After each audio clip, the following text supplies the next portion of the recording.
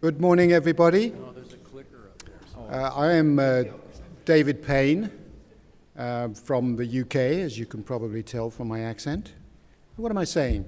I don't have an accent. Americans have accents.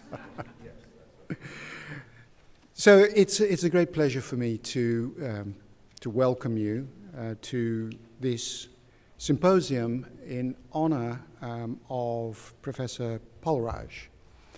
These are what I call designer conferences. So when we honor one of our new fellows, we give them the opportunity to have a designer conference which they are deeply involved in designing. And that's what we have today. So I'm really looking forward to it. So with that welcome, it's just down to me to introduce the moderator for our first session, which is our emeritus chairman of the Marconi Society, Bob Luckey. Over to you, Bob. Thank you, and good morning, everybody.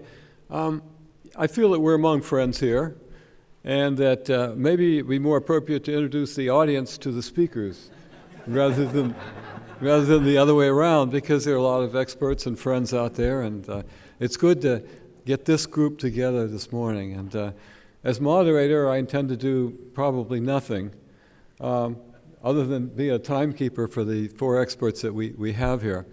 You know, I was thinking, when Marconi first invented radio a little over 100 years ago, and what a miracle to be able to send messages through empty space, or they thought ether then, And I thought, there's so much of this ether around, it's an infinite amount. We got as much of this as we could ever use.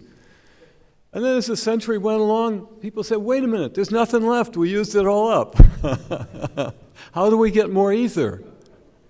And there are a number of things you can do, of course, and spectrum policy is an important part of that, and here in Washington particularly. But I mean, in getting more ether, as it were, and there are technical things that you can do. You can move to higher frequencies where there's more bandwidth. You can go to smaller cells so you get more reuse of the frequencies. And you can squeeze more out of what you got. You can find better ways to get occupancy higher of the bands that are relatively unused now.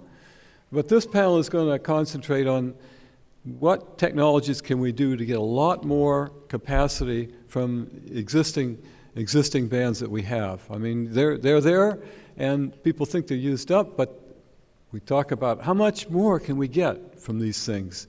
And so we have four experts that can talk about this, and we'll have about 20 minutes each.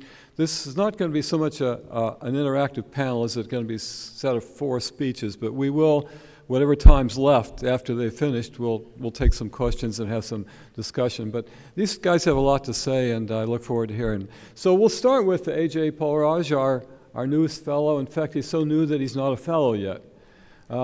Presumably that will happen tonight, unless there's a nuclear attack on Washington or something like that. But we look forward to having him join the Marconi family, and we'll see him tonight. So anyway, Polraj, emeritus professor at Stanford, and one of the real pioneers of MIMO, the big technique that is so popular these days.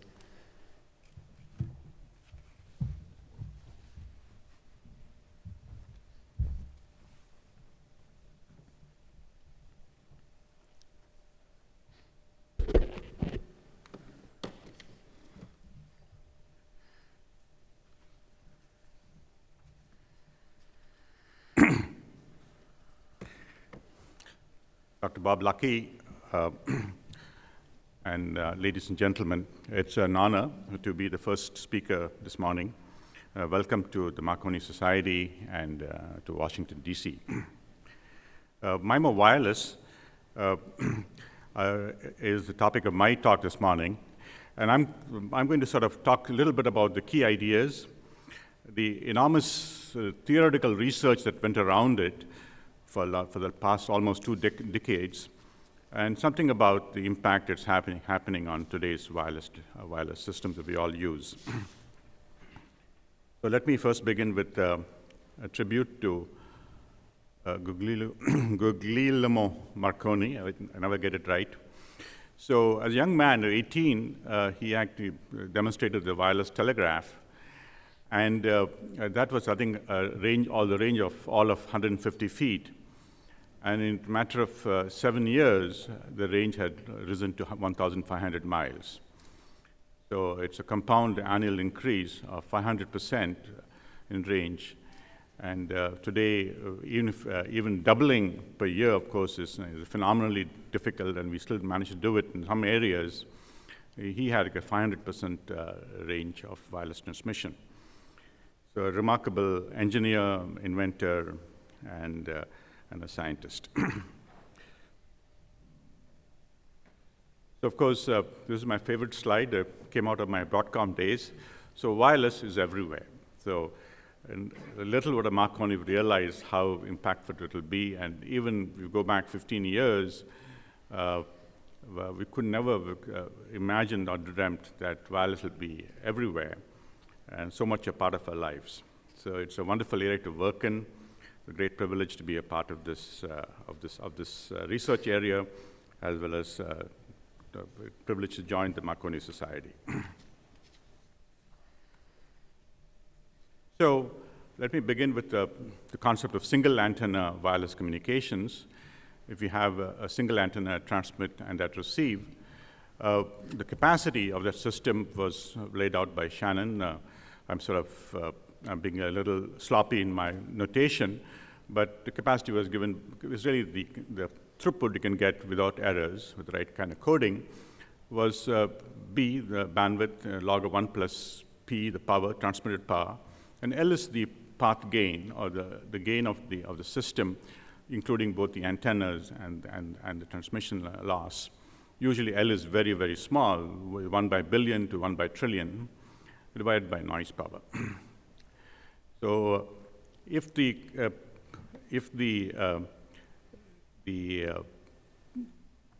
path loss, or L, was fixed, then of course the capacity was a fixed number. So we're familiar with this idea. So, but when it comes to wireless, we have another phenomena of fading because of multipath, presence of multipath, and some other artifacts in wireless communications. The actual path gain fluctuates, sometimes above the mean level and sometimes well below the mean level. So if you're looking for a reliable capacity that's guaranteed at some level of reliability, for example, at 95% reliability, then that capacity is much lower than what would be available without fading. And for fading, therefore, drops the guaranteed capacity, and therefore it's in some sense an evil. But of course, it turns out fading is also a big positive, and we've been able over the years to exploit it in some interesting ways, but I won't get into that today. Now, the question therefore fading was definitely a problem, and the person to first look at it was again Marconi. It turns out in his transatlantic transmission from I think Cornwall in Ireland to or in England, southern England to Newfoundland, Halifax, Newfoundland, he discovered that there was fading in the link, and if you had two antennas spaced apart, you would find the fades in one, it may not fade in the other. So the idea of diversity. And by combining or selecting between these antennas, he could actually mitigate fading. So Marconi discovered the concept of received diversity back in 1904. And therefore, if the fluctuations that you see up there in the slide, right-handed slide, I'm not sure if this works, the fluctuations reduce, therefore the outage capacity or capacity guaranteeable at, say, 95% improves. So that was a big positive thing. So let's go back. And now, what about, therefore, antennas that receive was a key to diversity. Antennas that receive was a key to diversity of one form. Now, clearly, if you come back to, if you put antennas at the transmit, here too, the links from the transmit antennas to the receiver must be also, could fade independently or near independently. So it should be able to capture diversity. Surprisingly, it was such an obvious idea, getting it to work took many years. It turns out it took almost 90 years before the first ideas began to arrive. I think in 1990, Wittneben in Zurich first proposed a scheme, and Tarok, Nambisha Shadri, who's here, Calderbank, and others wrote about this phenomenon, about this approach to do it. But the real blockbuster came from somebody called Shivash Alamuti with this orthogonal code, which is put down there in the right bottom of your slide. And some very interesting stories how he discovered it. But nevertheless, this was a clean way of getting diversity. And it finally became, it's part of every phone and every Wi-Fi system we use today. The important thing to understand about transmit diversity is that you're still using the same power as one antenna. So you have two antennas, each antenna only half the power. We have four antennas, only 1/4 the power each. So transmit diversity was really discovered, I think maybe a little earlier in 1998, but the paper came out in 1998. So the question is, we have transmit diversity, you have antennas that transmit, antennas that receive. You could put them together, you can get perhaps even more diversity. But an idea which came in 1992 offered a very different opportunity. And that was that if you have antennas at both sides of the link, you could actually get more capacity. I sort of put tilde up there for capacity of C, because of fading, the capacity is moving around. But if you have two antennas that transmit, two antennas that receive, you can actually get order of 2 times the capacity. And the key how it works was, suppose you had an orange antenna and you're sending a data stream on the orange system, it would induce a signature at the receive antennas. And if you send another data stream in the same bandwidth on the green antenna, it induces a different signature. Signatures are gained in phases at the receive antenna array. And then the receiver could then figure out there's a difference spatially between the streams and can put all this back, separate them, put them back together. And this was first proposed in 1992 by a patent which came out of Stanford, which showed, this is the figure 1, which shows how you can do this so you demux a stream and you put it on antennas and you put it all back together. So you might say, what's big about twice the capacity? We're used to doubling many things every year. So and of course, 2 antennas, 2 by 2 was twice, you have 4 by 4, it's 4 times. But what's so remarkable about it? Well, let's look at this phenomenon and see what happens. So if you have a link, 1 by 1 link with a certain amount of transmit power, I'm assuming the link loss and the noise power is the same, so P, transmit power is what you can play with. And let's say we had a capacity. Now, if we have a 4 by 4 link, and we are still the total transmit power is still the same P, so you have to divide the power across the antennas. And let's assume, for example, the capacity will be 4 times. Now, let's set this problem where the modulation order is 64 QAM, and SNR is 20 dB. It turns out that now you can ask the question saying that if I want to get the same 4 times capacity in this 64 QAM format, which is very common today in wireless. Wireless actually now has gone to 1000 QAM in Wi-Fi. Broadcom, I think, has chips out or will be out soon. So 64 QAM is still modest. The question can be asked is, how much power do I need on a single antenna link in order to get 4 times the capacity that you can get with let's assume 1 watt on the 4 by 4 system? Well, the answer is more than 256,000 watts. And if you go to 1000 QAM, which is also becoming in practice today, the differential value of 1 watt with 4 antennas, you need 1 billion watts on 1 antenna. And we go to an 8 by 8 system, which is also going to happen maybe in 3 or 4 years in Wi-Fi.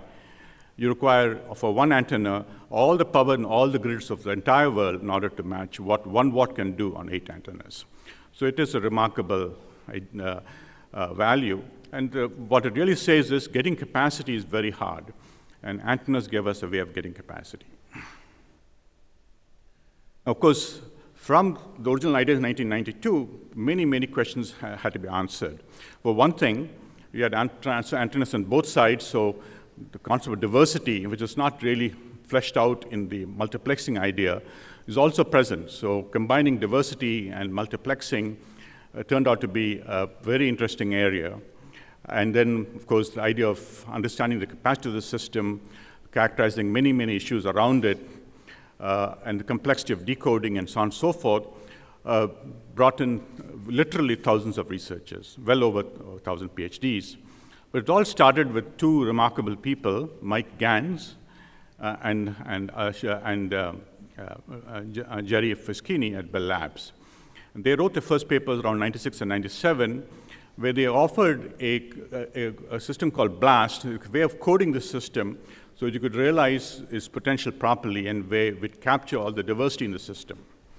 The original ideas, 92, didn't actually capture transmit diversity. It focused only on reverse receive diversity and the multiplexing gain. So this attracted lots of many people, many of them pure mathematicians, and much of the mathematics that finally came out I can't understand, but involved very interesting areas in group theory, and so it's a phenomenal area of masterpiece of mathematics. Over the decade from 1995 to 2005, there are thousands of papers. Today, if you Google the number of MIMO papers, is more than 14,000.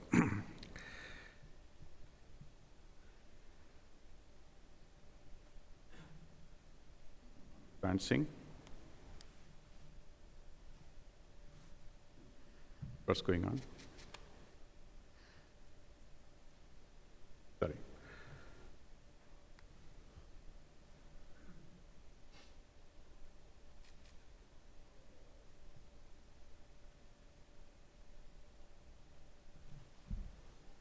Some problem with the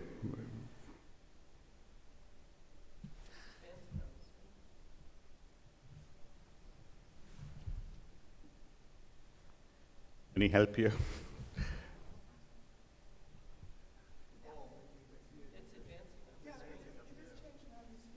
It's advancing down there, too. It's down so- there. Yeah, so if you look down there, you'll see where you are. I don't, if I had a point there, where is it talking to? Yeah.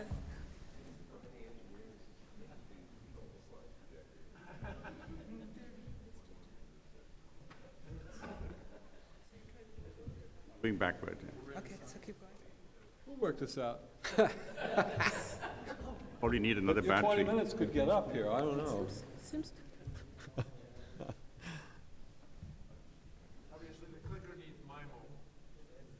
I know.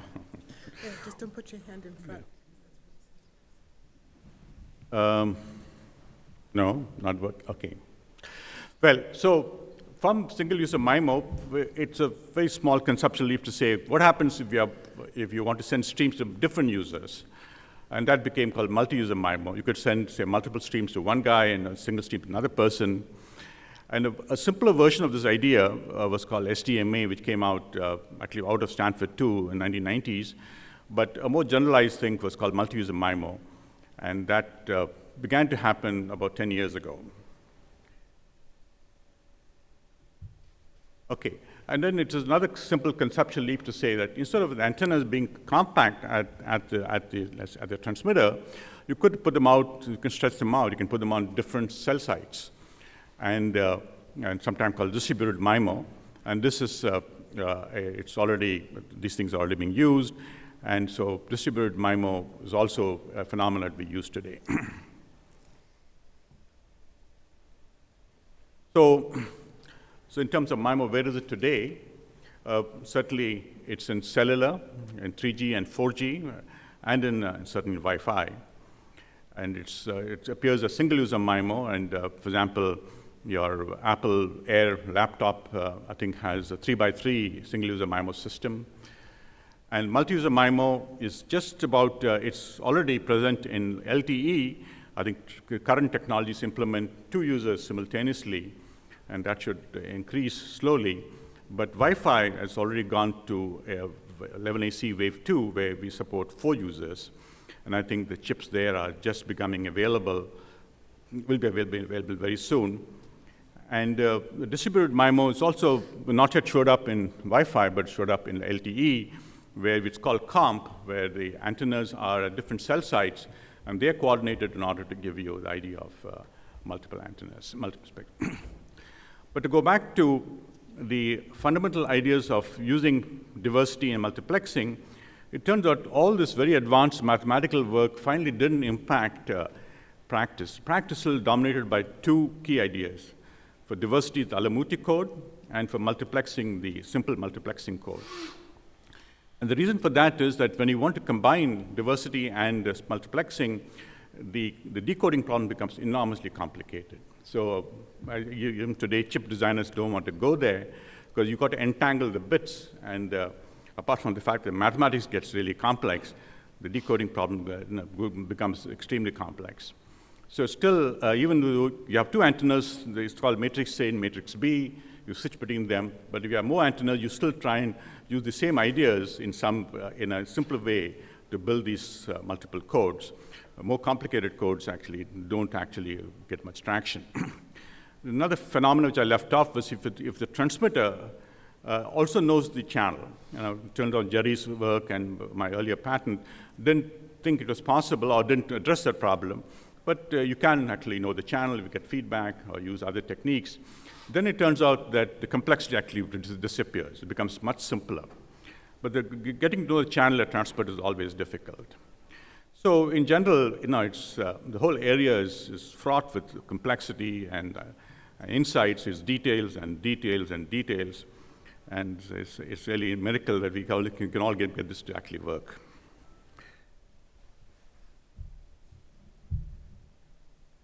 Come on. Okay.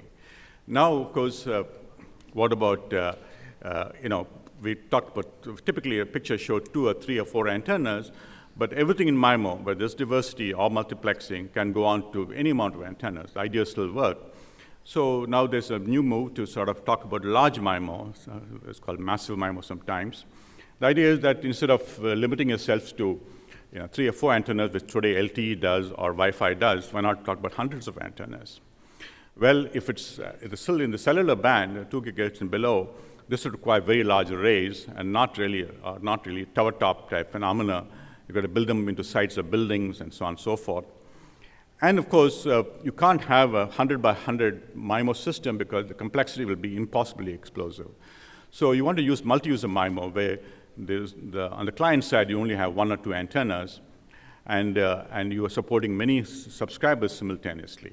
So you're going to get all the gains of multiplexing gain and the spectral efficiency. So you can have arrays on the up in buildings, talking to phones with one stream, or you can have talking to arrays on cars, for example, which in the car will then jump, you'll then jump from there into your Wi-Fi inside the car with multiple streams. Or you can go to higher frequency bands, and this is called the millimetric bands, where there are lots of activity today. Ted Rappaport is here, who's pushing this area, where in a small array of foot by foot or 2 by 2 by 2 feet, you can get hundreds of antennas and you can do similar things. Of course, there are complex with propagation, but I think they're all very solvable.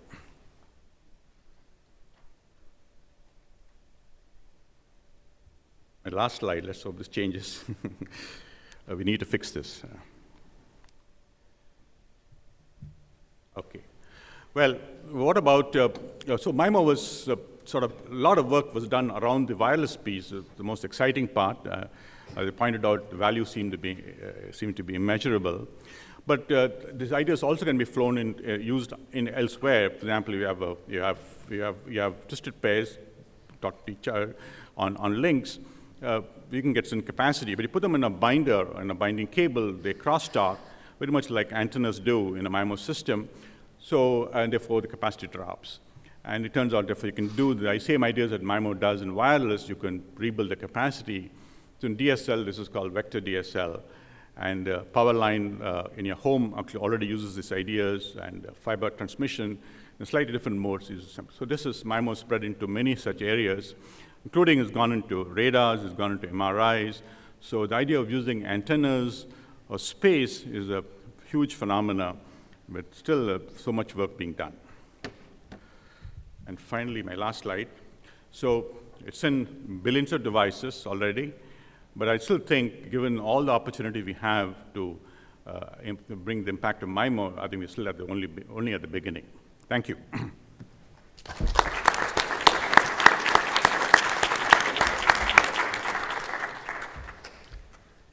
Thank you very much. You made it sound very simple, and we engineers usually are good at making something, boy, this is tough stuff we did, you know?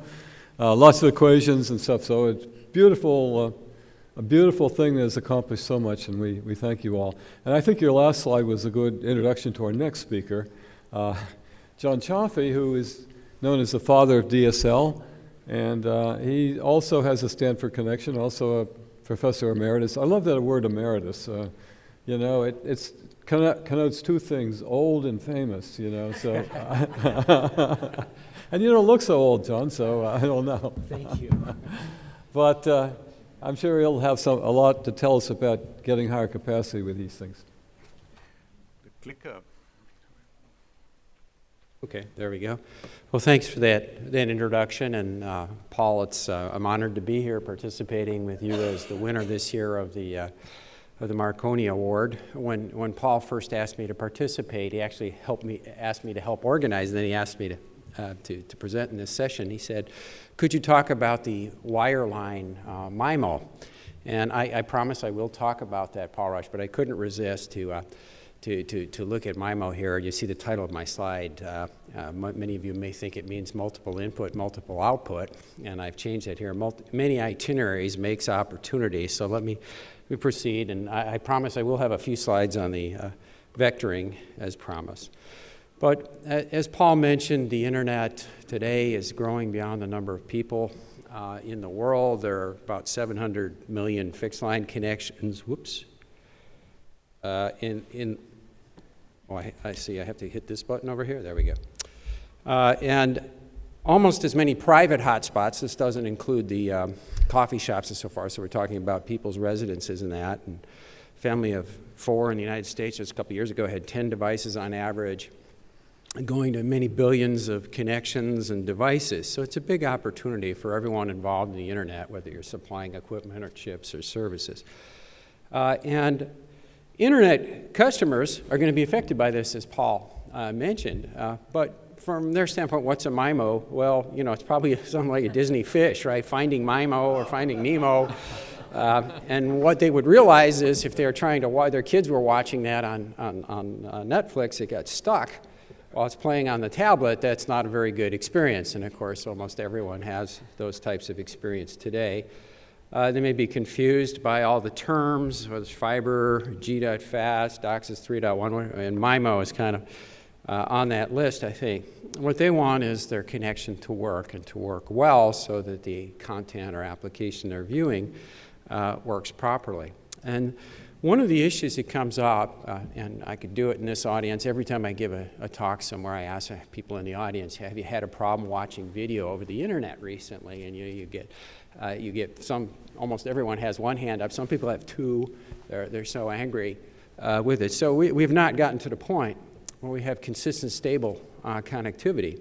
And what's really important here is the tails of the distribution. So here for data connections, meaning implying anything but video, you'll see that the worst 5%, that's a threshold where the consumers start getting angry, start doing things, calling, complaining, dropping their service. So for video, it's the worst 1%. And this translates into just tens of billions of dollars in operational costs for service providers, application providers around the world. So you really have to look at that for stability in all of these approaches. And in fact, even FCC SAM knows, you'll see they put a report every year. If you look at that, they're only looking at averages or 80 percentile. So they give a kind of an A+ to everybody on internet service in the United States. But that's not really correct. That's a pass to the telcos who do know, and the service providers, the cable companies as well. They know it's in the tails. This is where all the action is in terms of internet connectivity. Percentage unstable internet, which is various things can contribute. The connection drops, you get packet errors, the speed is going up and down too quickly.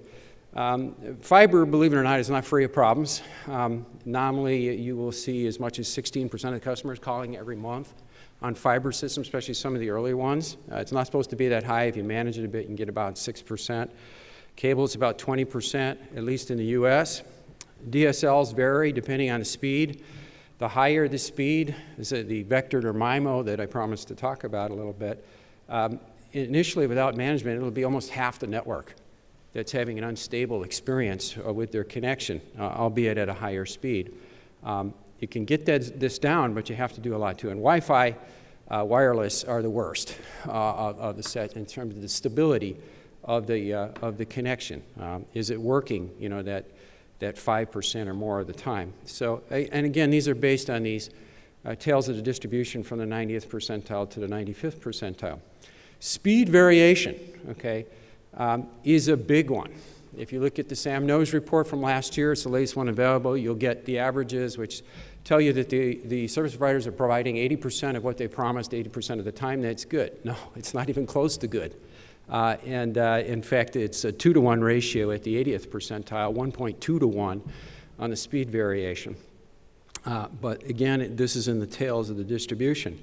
If you look at the Akamai report for the most recent one, it's actually 8 to 1, but they take 100% tile essentially overall when they do these ratios on a countrywide basis. They average that. DSLs, I can tell you, my own company manages about 80 million connections around the world. If you look at the 95th percentile, it's about 4 to 1. 80th percentile is about 1.3 to 1. But you see that number going up. And speed variation causes the customer to complain. It's not good to tell them they have up to some speed, and then you get a gigabit one day and you get a few megabits another day. That's going to create a problem with them. What they want is consistency or stability of the connection. And sharing can be a problem. If you have a number of different things being routed all onto the same system, some are waiting while others are using the system, this can lead to happy and unhappy customers. And I think I'm having some of the same problems Paul was having here with the clicker, but hopefully we can get it to work. I don't know if the batteries are going on this. They're coming forward. Do I have to aim this? Paul, did you figure this out? I'm having the same problem. Whoop. Maybe there's just a latency in the system. Okay, so MIMO, I said many itineraries make opportunities. Well, you know, it started as multiple input, multiple output. And really what that meant, as Paul showed aptly, is multiple antennas. It's really often a single input and a single output system that's simply using many antennas. To do that, you'll see SIMO, the S is single, MISO, SISO, so forth. More generally, I say let's look at multiple paths, space-time, frequency, wire, or otherwise, and see what that means. So let me simplify a little bit MIMO and just give you an example. Wi-Fi could have done LTE or something else as well, but again, the clicker is freezing here. Try a little slow. You might advance it out there. Can you advance it from there? There we go. Well, several things came up at once here, but the idea is if you were to look at at a Wi-Fi system, let's say an apartment complex, you're going to get a lot of overlapping systems. You'll see multiple SSIDs come up. It's not unusual to see a couple dozen of these. In the 2.4 gigahertz range, there were only 3 independent channels there. When the 5 gigahertz spectrum was allocated, they went up to about just under 20 similar sized channels being available. And this system runs on a collision protocol. So if anyone tries to transmit at the same time in the same cell or in different cells there, or different overlapping coverages there, you get interference between the systems, and that reduces the throughput for everyone. So my oversimplified version of looking at MIMO is if you have a single antenna, the radiation pattern looks like a circle around the antenna. If you have multiple antennas, you can steer the energy in certain directions. You have 3 antennas, you might be able to get 3 directions like this shown. And if you have multiple antennas, On the receive side, you can actually, as Paul mentioned, add together the different beams and get essentially multiply the capacity of the system using MIMO. So keep those in mind, and that's been described by this. This helps with that problem I mentioned earlier, but the last point I'm trying to make on this slide, which hopefully would come up, you're increased by the number of antennas, but heaven help you if you're in that lobe and you're in another access point. Let's suppose you're a single antenna, somebody in your neighbor's apartment, and you're inside that lobe, you're going to get blown out by the MIMO system. These things have to be managed, okay? They cannot be just left to the box to optimize and do what it wants, or you will have tremendous problems in terms of coverage. I think this clicker is really gone here, because I'm hitting it maybe 10 times for... Yeah, okay, good. So those are the points. Turn it? Okay, so let's talk about vector DSLs. Well, you could think of a twisted pair copper phone line or any kind of copper connection. They crosstalk, they radiate. They're antennas, and they can be viewed as antennas. And they actually do interfere with one another. So the basic vectoring concept, which was patented over 10 years ago at Stanford, is to look at them like antennas, put a coordinated device on one side, and essentially pretend that they're antennas and steer the energy, if you will, toward the energy for user 1 times the CPE1 or user 1's location, and user 2's energy goes to their location. And effectively, you can eliminate all of the crosstalk between the systems. Okay? This increases the capacity enormously for the transmission system. This is the basic technique that's been standardized and used by the ITU in what are called G.fast, G.vector standards. Those are the 100 megabit DSLs and the gigabit DSLs you may have been hearing about depending on the line length. This is how it's done basically as a MIMO technique in disguise used on wired connections. However, if you were to look at the spectrum of the noise from left to right here, increasing frequency, and this is supposed to represent amplitude, and you remove that noise, what happens is all the inside noise, this is the fluorescent lights, the hair dryers, the appliances, the TV sets, anything that's electronic in your house is getting into the connections inside the house, and it's causing instability, my point from earlier. So these actually vectored systems need even more management in order to retain the stability of the connections so that you do get the promise of these higher speeds. And this is just a little thing I took from one of the standards groups here that shows you the length of the twisted pair connections. It gets smaller, you can go faster, all the way up to a gigabit per second in the 100-meter range of connections. So as fiber penetrates more into the network, the closer it gets to the customer, the more expensive it gets. What about those noises in the home? Well, they're still there, and they are not eliminated by this one-sided MIMO technique. And so what do you do with those coming in? Well, what you can do is look at that and create other antennas. And actually, my company sells a service that does this, and there's devices that are made available through others that actually create a multiple antenna system in the home. And you can knock out the noises in the home using MIMO as well. So it's kind of a new technique where the results are pretty spectacular on this. This is just a graph in the United States of the upper blue part shows you the line length and the range of speeds you get before and after you use this MIMO inside the home. These are on lower speed ADSLs where you can use it as well in it. So MIMO has its use in wireline. Now, one of the things that happens is, and this is convenient to service providers the world over, they hear that this requires coordination, these vectoring systems between the different service providers. So that means that we can't have unbundling anymore, right? We have to go back to the old system where we own everything. Not true.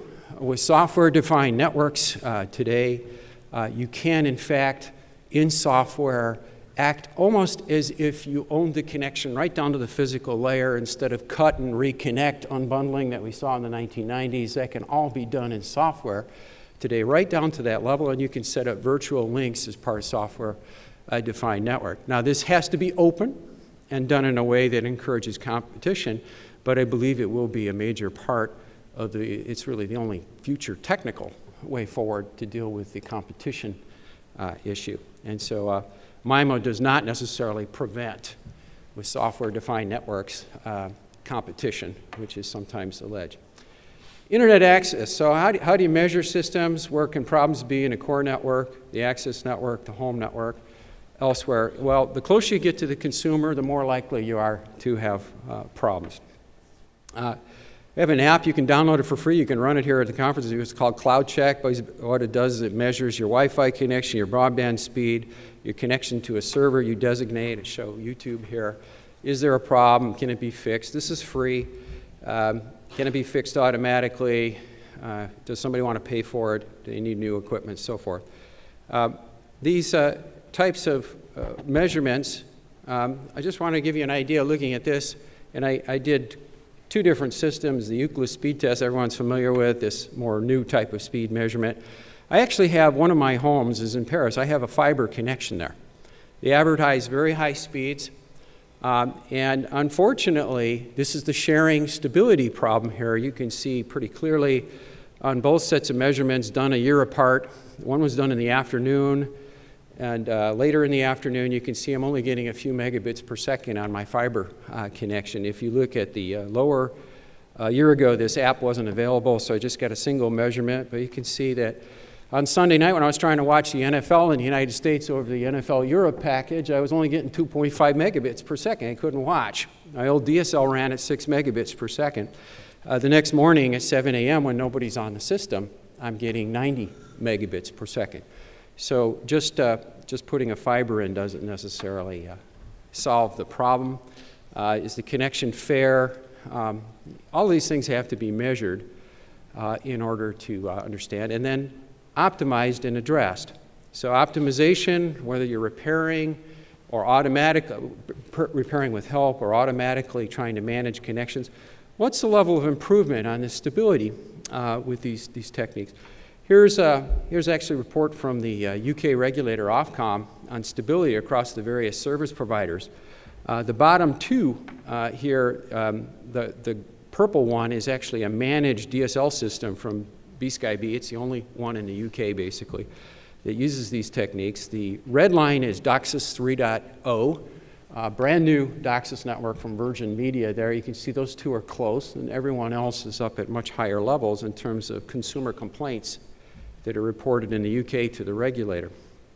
And this type of speed advantage, as we go to MIMO and so forth, is going to be, or it's kind of complaint advantage is going to be important at higher speeds. A lot of this is related to this cocktail party effect. You have too many people in the room sharing the spectrum, whether it's wired or wireline, and they start hearing one another and they're trying to talk over one another, and eventually you have a catastrophe. Now, the solution, of course, is for everyone to talk at a low level, and that allows productive communications between all the people in the cocktail party. And that's how these management systems work. How much does it mean to consumers? Here's just some measurements. These are from real consumers in the field that are having problems before and after, March and April this year. Are you satisfied with your internet connection before and after? More than a factor 2 reduction after these techniques go into use. Most service providers are happy with a 5% improvement in this number, so more than a factor 2 is outstanding. Here's an indication of Wi-Fi speeds down here at the bottom, if I can get my clicker to work. There we go. Before and after. This is with the latest, greatest, biggest suppliers of best chips and devices, access points, before and after, in terms of speed distribution inside about 10,000 homes in a neighborhood, actually, that I can't say where it is in the world. And you can see the management is pretty important, or the optimization, even with the multiple antennas, which were in fact being used there. So many itineraries. Let's suppose we look at the consumer out there, multiple pass into the homes. They can have one big fat pipe in, or they have multiple pipes in, maybe 1 gigabit on the fast pipe if it's an EPON. Maybe if you have 100 megabit per second connections, you get 2 gigabits. You can peak up to 1 gigabit per second on the first system. You can only peak up to 100 on the second system. But what you have is these overlapping Wi-Fi systems, which I said if they're managed, you can eliminate the interference. If you manage them enough, you can actually exploit it and start to use multiple SSIDs and take advantage of that full bandwidth that's into the building or the neighborhood, if you will, of 2 gigabits per second. So furthermore, if you look at the and this is, I'll take a shot at the 802.11ac standard that's just coming out. I say they made a mistake. They made a huge mistake. 2.4 gigahertz had 3 channels. Okay, the reason for introducing 5 gigahertz was to go to 20 channels. And they immediately in 802.11c bonded 8 of them together so they could get 5 gigabit speeds that they could send around the home. What does that do if you're using 5 gigabits at 8 channels? Well, 20 divided by 8. I'm back to 3 channels again. So as these systems proliferate, they all start colliding with one another. You're back to the point where you don't have enough bandwidth because it's not being managed. So the point of this slide is simply to say use space, use frequency, use it more carefully, manage it statistically, and you can do a much better job. But you don't need to send 5 gigabits around the home if your internet connection is running at 100 megabits back. So again, MIMO is good, but we need to use it appropriately. Let me just give you an example. If you had 3 Wi-Fis and they're all running at 100 megabits, you get 300 megabit per second connection. If you can share a bit, even better, you can get gigabits per second if you have shorter copper and faster Wi-Fis. But the consumers would probably be pretty happy with the first option up there. So my final slide here is there's about 1.3 billion phone line connections globally. About half of them are internet enabled. That's 1 billion antennas out there. You could take advantage of them. So my point is that multiple itineraries makes opportunity. It really is the point behind this. It happens at the antenna level. It also happens at a higher level, and it extends basically all of the existing infrastructure, the spectrum, the copper we already have in place. You can get hundreds of megabits per second to everybody. So maybe this is the real ultra-massive MIMO in terms of internet connectivity in the future. So thank you.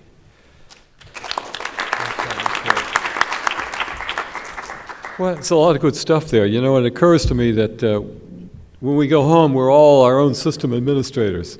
You know, you can sit in the office and do equations and it looks great, and you get home and you turn on your Wi-Fi and says, damn it, why can't I get better connectivity here, you know, and you ask all your friends, you know, how do you get this to work better in your home, and, you know, and there's so many different things that you've got, so many things going on here. It's a very varied and complex world. Anyway, we got to move right along, and our next speaker, Helmut Bolschke, and I tried that earlier, and he said, you better just call me Helmut.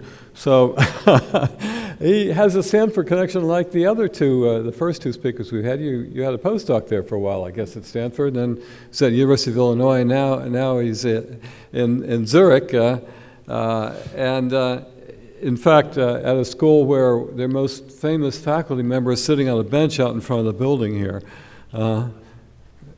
Albert Einstein, in case you haven't seen it, it's a great statue. But anyway, ETH or ETH is where he presently is at. Anyway, you're up.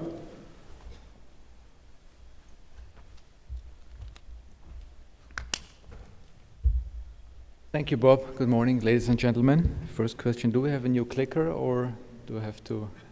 If not, maybe we can agree that every time I do this, you move forward, and if I do this, you move backward. All right, good. Okay, so Paul asked me to talk a little bit about the mathematics of MIMO, and I'd like to show you what the key problems are from a mathematical point of view in getting spatial multiplexing work. So Paul nicely explained that the basic idea is to send independent data streams using multiple transmit antennas, and then provided there is rich enough scattering, the receiver can take apart or separate those streams and decode, and that gives you n-fold capacity increase as shown by Jerry Foschini in 1996. So there are 2 questions or 2 problems here really. The first one is, does the channel really provide these gains in reality, or is this fiction? The models that are typically used are IID fading models, so of course we know that We don't get that in practice. And the second problem is on the receiver side, what's the complexity incurred in taking apart these vector signals? And I would like to address the latter one. But before I do that, if we look a little bit at systems level simulations and try to convince ourselves that indeed the channel that we see in practice offers those spatial multiplexing gains. So what you can see here is a systems level simulation of a Wi-Fi system, 40 megahertz bandwidth.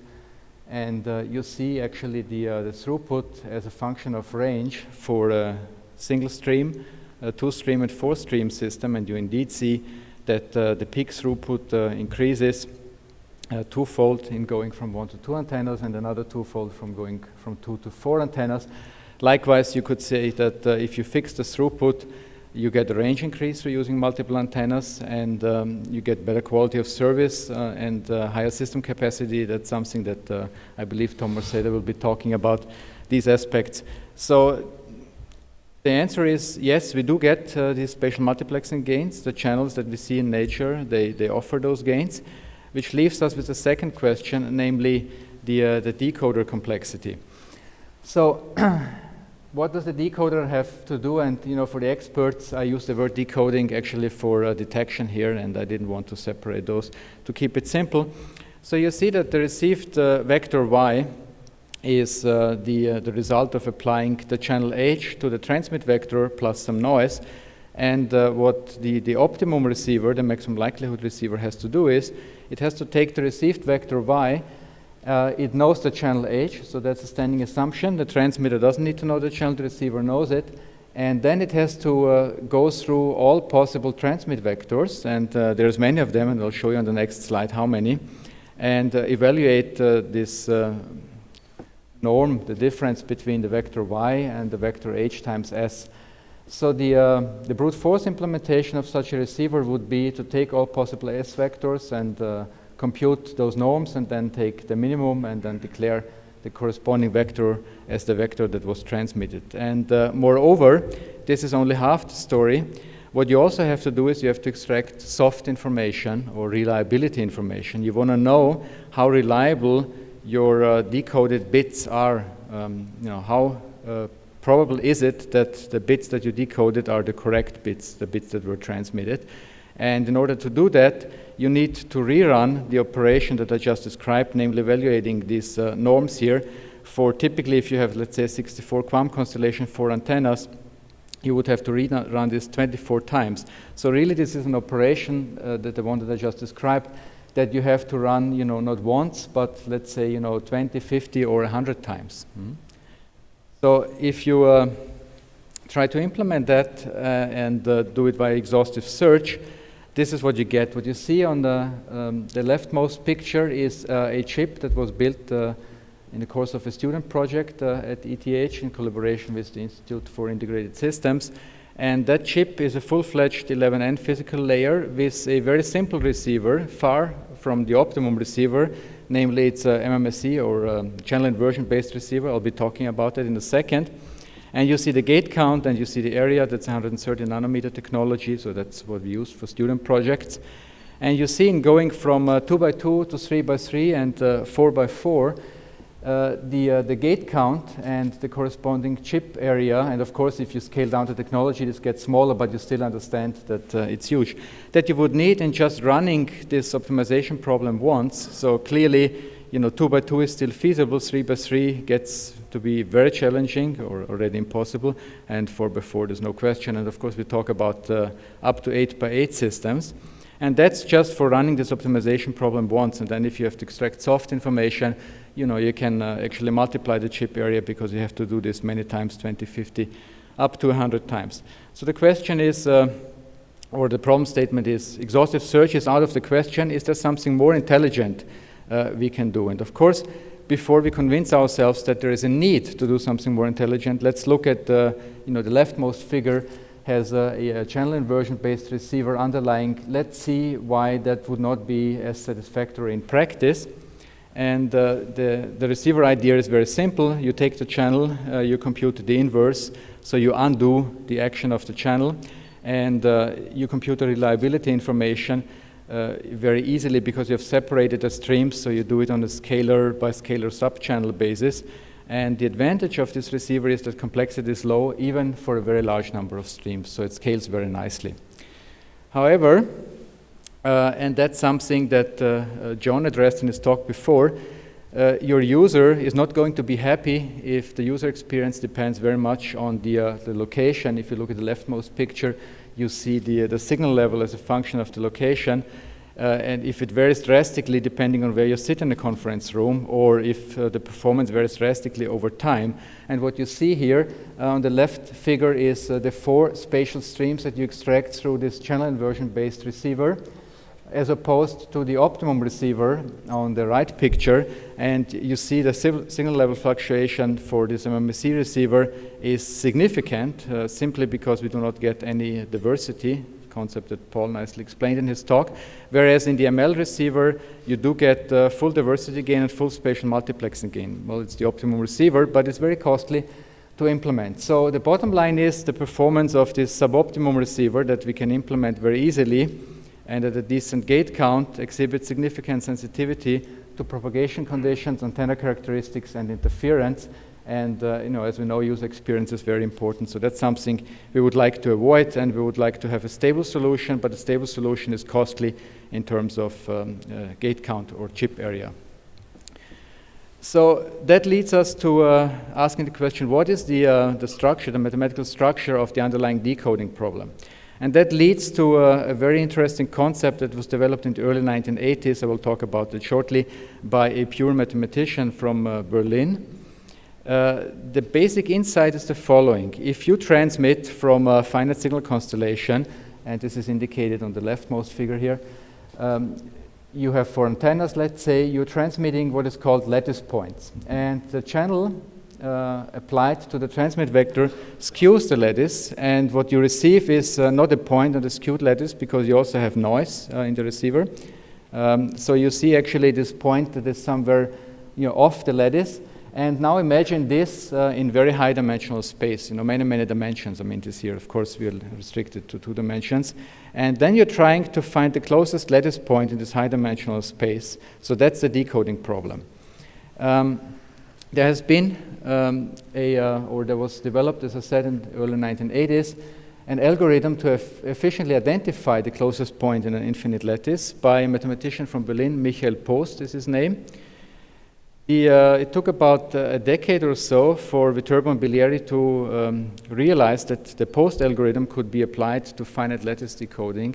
Finite meaning that the lattice is no longer infinite size, but finite, and there's some wraparound effects and so on that have to be taken into account for non-fading channels.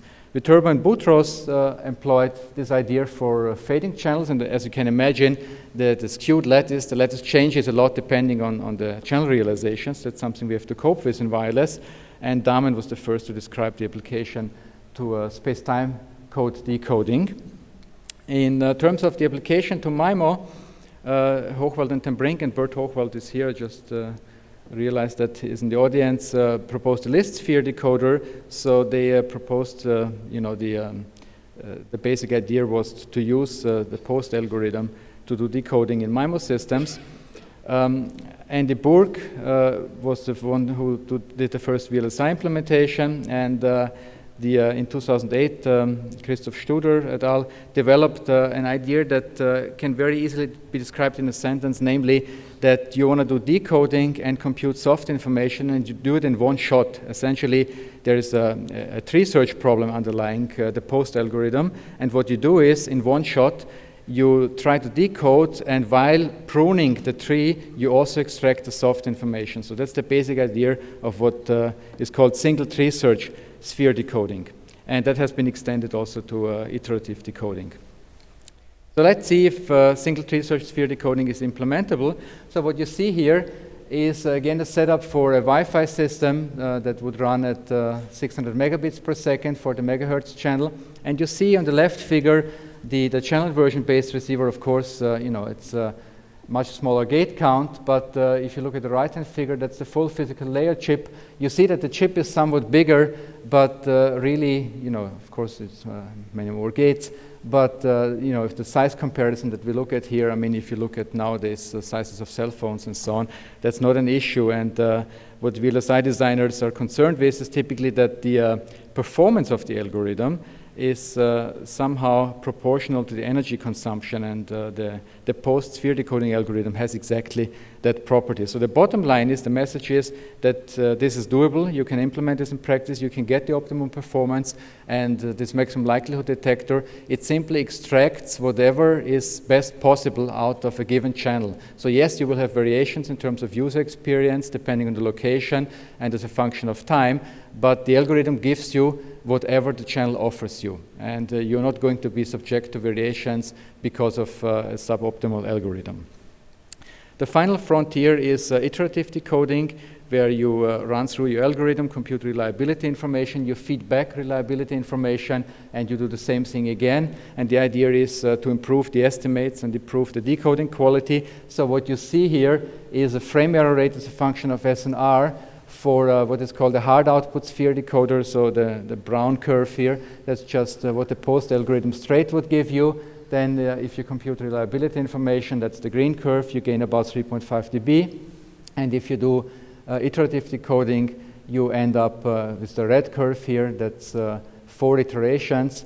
And the blue curve is the fundamental limit that information theory tells us you cannot surpass. So you see that iterative decoding is something that can bring us very close to the fundamental limit. The question is that feasible in practice? Because now you have to compute the hard outputs of the decoding problem, compute the reliability information, then you have to feed that back into the same thing all over again.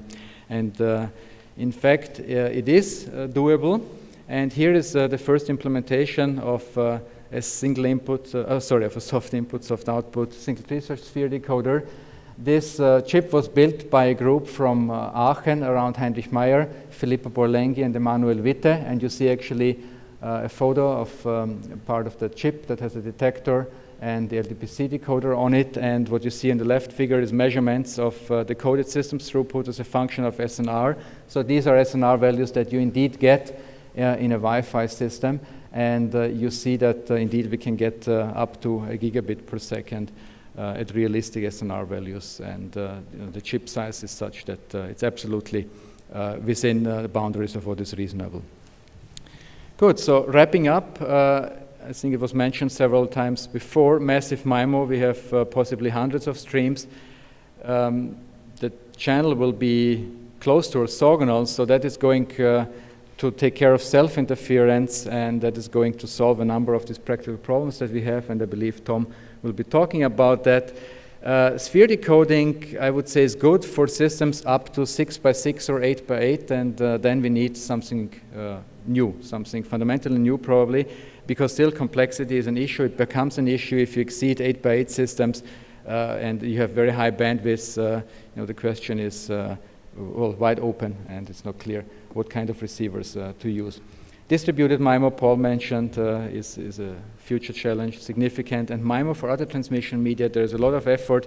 And actually, Jerry Foschini, Peter Winzer, and people at Bell Labs are leading the effort in doing MIMO for fiber optic channels. So that's a very hot topic.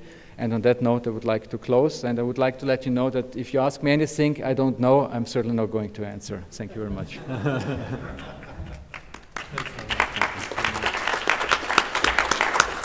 Yeah, beautiful stuff. Thanks so much. Our last speaker is Tom Rosetta, who hails from my old stamping grounds at Bell Labs. It's Alcatel-Lucent Bell Labs now. He's a refugee from the famous mathematical research area there. That area no longer exists, but he's been working in massive MIMO, and we welcome you here. And you have no Stanford connection, I think. No, I don't. I'm an East Coast boy. Okay, you're up, Tom. So I'd like to thank Dr. Lucky for the honor of being here. First of all, if you notice, I took the liberty of adding an extra 0 in this title. The proponents of massive MIMO really do believe that they have a revolutionary technology on their hands. And some of the good benefits of massive MIMO have been mentioned, but in general you can summarize it as 4 things: speed, scalability, simplicity, uniformly good service. Next slide, please. So, people have done all sorts of projections about what wireless engineers must do in coming years. They're probably all wrong, because no matter how much throughput is created, there are going to be exciting new applications coming along that will chew it all up. And so, you know, no one ever anticipated, I think 10 years ago, that young people would be constantly sending snapshots back and forth, selfies, video clips, and so on. One can anticipate maybe 5 or 10 years from now in, say, Times Square, hundreds of thousands of people are going to be wanting to, for perhaps no good reason at all, send 3D HD video back and forth to their friends continuously. So how are you going to provide this sort of throughput in a crowded environment? Next slide, please. Massive MIMO is, I think, the solution. So let's just contrast point-to-point MIMO with massive MIMO. So here we have, of course, an antenna array, say at the base station. We do some complicated pre-coding. Here we have an array at the receiver. The user has to do some complicated decoding. And now let's put some numbers. So 802.11ac permits in the latest standards 8x8 MIMO with 160 megahertz spectral bandwidth. So if we assume that we do 8x8 point-to-point MIMO and that we have a SINR at the receiver of -0.5 dB, we actually can send 1 gigabit per second to this user. I mean, this is a tribute to the brilliance of the original massive or point-to-point MIMO concept. But if you inspect this a little more closely, it's apparent you're really pushing point-to-point MIMO to an extreme here. For one thing, this -0.5 dB SNR sounds very low, but actually it might be even lower on the cell edges. Another thing is, most of the work in this system is being done by these 8 receive antennas. These 8 transmit antennas are redundant to a great extent. So if I go to 4x8, 4 transmit antennas, this 1 gigabit throughput's only reduced by 15% to about 850 megabits, okay? If I go down to 4 transmit antennas, it's reduced to, you lose about 35–40%. So the point is, you're not really sending more than 3 independent streams, and you're pushing it to extremes. And you're asking also the propagation environment to support multiple streams. 3 may be okay, but if you tried to boost the SNR and get 8, not clear you can do it. So massive MIMO instead, of course, notice all of the complexities at the base station. These users simply don't do anything. They don't have to do any processing, and this is part of the simplicity. And just for fun, I said let's give 8 users each 1 gigabit per second instead of 1 user 1 gigabit per second. And so with somewhat over 600 antennas, you can do the job. This is probably a poor use of massive MIMO, because the question is, why do you need 1 gigabit per second per user? So it would make a great deal of sense to throttle back their throughputs, add many more users, and overall you'll get a considerable increase in total throughput. Next slide, please. So massive MIMO is more than just a large number of antennas, but here, for instance, is a mock-up of a 64-element array. These are half wavelength by half wavelength patch antennas on half wavelength centers horizontally, 1 wavelength vertically. This whole thing could fit in your overhead baggage on an airplane. So these things don't have to be physically big. And I'll show you later on what you can accomplish with this modest number of antennas. So what are the other components of massive MIMO? Well, one of them is, of course, that you're doing this aggressive multiplexing, so every one of the users continually having access to all of the time frequency cells. This is the component of simplicity. Point-to-point or LTE fusses around a great deal with trying to tile up the time frequency plane in some semi-optimal fashion. Because of its complexity and the lack of CSI, LTE has just been a delightful research field for scheduling researchers, for example. Massive MIMO really doesn't call for all of that at all. The third component of massive MIMO is that this beamforming, the sending of independent message streams selectively to the users, is accomplished with measured channel characteristics rather than assumed channel characteristics. So if you apply these three criteria, and actually many of the things that masquerade as massive MIMO fall short. Next slide, please. So how is massive MIMO done? Well, here we have our transmit array, antenna 1 through antenna M. Here we have K users, single antenna users.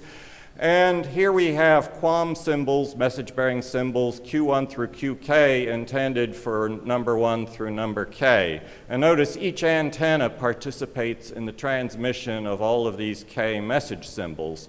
The simplest sort of conjugate beamforming, which is the downlink counterpart to the old matched filter, antenna 1 takes QAM symbol 1 and weights it by the conjugate of its channel estimate to user 1. And does the same for each of the K symbols, adds them together, transmits.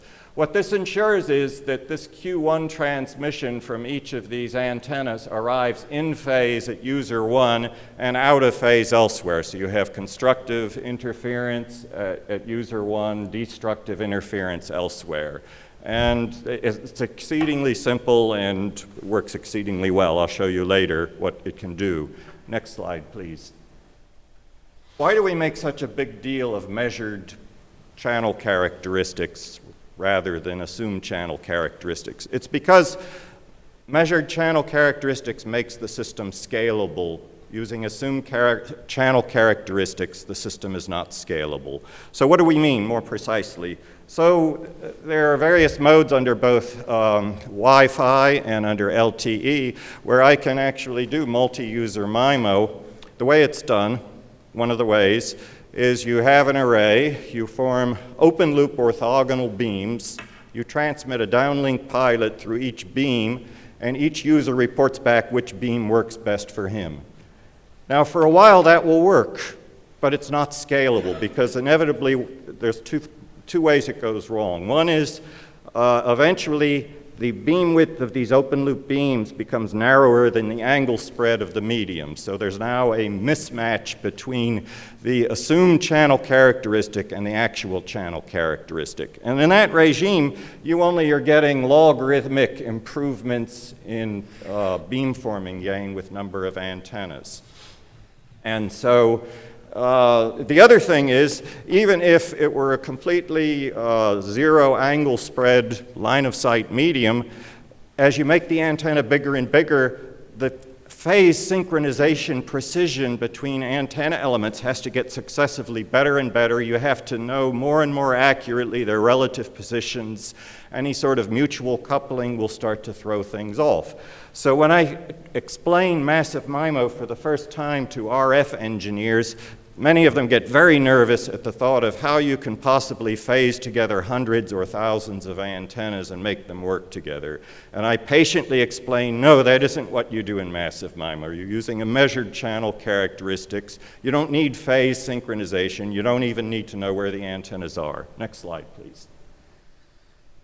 TDD is what is really needed as opposed to FDD in order to learn the channel when you have mobile users. So if the users are moving, you estimate the channel and then you use the channel. If you wait too long, this channel information is out of date and you just don't get the beamforming gains. So typically you have to do everything in a slot in which nobody moves more than, say, a quarter wavelength. All right? Well, with TDD training, you're relying on, of course, reciprocity, the downlink channels being equal to the uplink channels. The burden is just proportional to the number of users. You're just transmitting uplink pilots. With FDD, you have to transmit downlink pilots proportional to the number of antennas. You have to send this back, and you still have to learn the uplink channel. So if you compare the two, you see TDD permits as many base station antennas as you want and a large number of users. FDD, you're confined to this little triangular region there. So now there are a lot of people doing brilliant research on how to break the back of this. Typically they make some assumptions about the propagation in order to streamline the CSI acquisition. Undoubtedly this is going to work to some extent, but nobody has yet shown that their solution is really scalable. Next slide. Let's see what we can do in a dense urban multicellular environment. I'm deliberately making it a very modest number of antennas, 64, so each base station in the cell has 64 antennas serving 18 randomly distributed users per cell. So we'll assume 2 gigahertz, 500 meter cell, a slot of 2 milliseconds. Remember, in this slot we do 3 activities. First, uplink data. Second, uplink pilots. Third, downlink data. And we roughly split up the slot into thirds for that. That permits actually high mobility, 70 kilometers per hour, which is rather fast. We'll assume 20 megahertz TDD spectral bandwidth. The total downlink radiated power is 1 watt. This goes back to John's party phenomenon. The way to make your people heard in a party is everybody reduce their power. Well, the best way to deal with intercell interference is, guess what? Reduce the power. So we're reducing the power from a typical 120 watts radiated down to 1 watt radiated down per cell. So what sort of user experience do we get? Well, the extraordinary thing is a 95% likely per user throughput of 5 megabits down, 4 megabits per second up. This is even on the cell edges. So no other system can do this. And in point of fact, the poor performance of LTE on the cell edges has, of course, motivated this mania for small cell deployments to make up for these defects. If you use massive MIMO, the only reason you might want to have some small cells is if someone wants some extraordinarily high throughput, is willing to move to some little kiosk and get special service. Finally, massive MIMO is automatically a green sort of technology. Without even working at it, you can do 500 times the energy efficiency of today's LTE base stations. Next slide, please.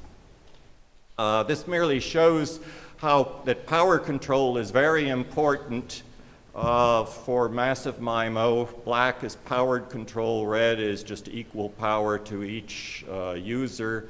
And in point of fact, on downlink, you see that our median throughput is about, 8 megabits per second, and the 95% likely throughput is on the order of 5 megabits per second. That's a very flat curve. Power control is even more important on the uplink. The interesting thing is that our 95% uplink throughput is only reduced slightly by 20% below downlink. Okay, next slide, please.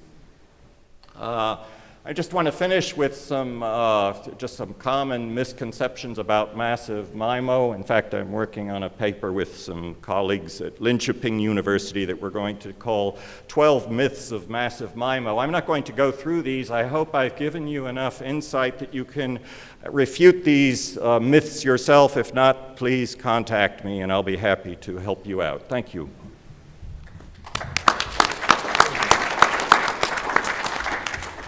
You know, Marconi,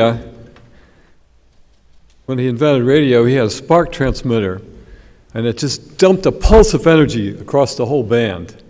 And then for a receiver, he had a coherer, you know, that just, the iron filings would cling together and cohere. And that was it. I wonder if he was sitting in this audience this morning and watching what happens. What have you done to this? It's incredible and beautiful, and this has been, I think, a unique opportunity for experts in the field who gave very clear talks at the conceptual level, and I think this is an unusual thing to have and very valuable session. So I really thank you all. You did a wonderful job, and I learned a lot, and I hope the audience did too. Now I'm faced with the question of whether we should have questions or whether we should have coffee. Normally I would say we should have some time for questions, but given the group here, I think the ability to do some collegial interaction over the coffee is more important than having a few fake questions that might come up at this time. So I'd just like to thank the speakers again, and if you have questions, please ask these guys over coffee. Thanks for listening.